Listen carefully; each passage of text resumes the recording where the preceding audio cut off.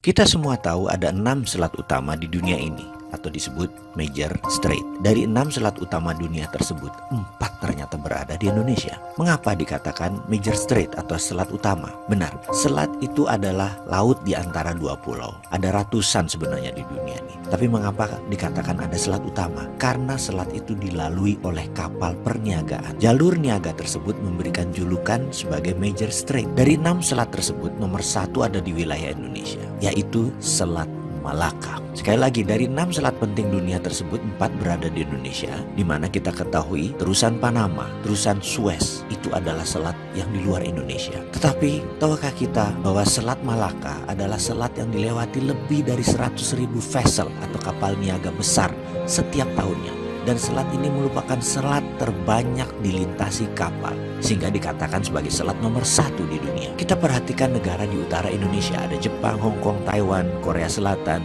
Cina, di mana semuanya adalah negara produsen besar di dunia. 20% vessel mereka ke Amerika Utara, 80% kapal niaga mereka menuju arah Asia Timur, Asia Tenggara, Afrika, dan Eropa.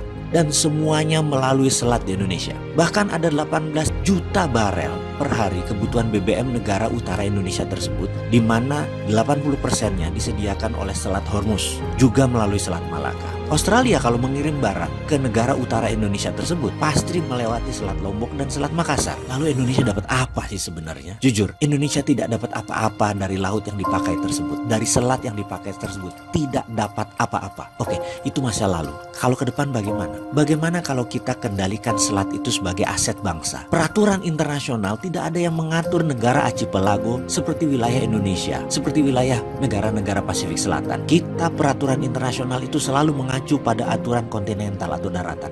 Kita harus ubah wilayah laut selat Indonesia sebagai wilayah Indonesia, dan Indonesia memutuskan misalnya menutup laut tersebut. Apa yang terjadi? Dunia bisa geger. Australia lewat Papua Nugini kalau mau kirim barang ke utara. 4 negara utara Indonesia, Cina, Jepang, Korea, Taiwan, muter lewat Papua Nugini. Tidak usah pakai Selat Malaka. Nggak bisa masuk lewat Natuna. Atau kalau mau ya melipir lewat sisi Thailand dan melipir lewat sisi Malaysia di Selat Malakanya. Pokoknya kalau mau melewati wilayah Indonesia, bayar asuransi senilai 1% dari nilai barang. Kita tahu barang yang lewat tersebut ada lebih dari 2 triliun dolar atau 2.000 billion. Jadi kalau itu kita asuransikan atau kita pajakin versi kita dengan nama asuransi, kita mendapatkan lebih dari 250 triliun per tahun. Dan ini untuk devisa negara. Akankah negara adik kuasa seperti Cina dan Amerika marah besar? Pasti. Beranikah kita melawan dan mempertahankan hak kita? Harus berani. Itu namanya revolusi.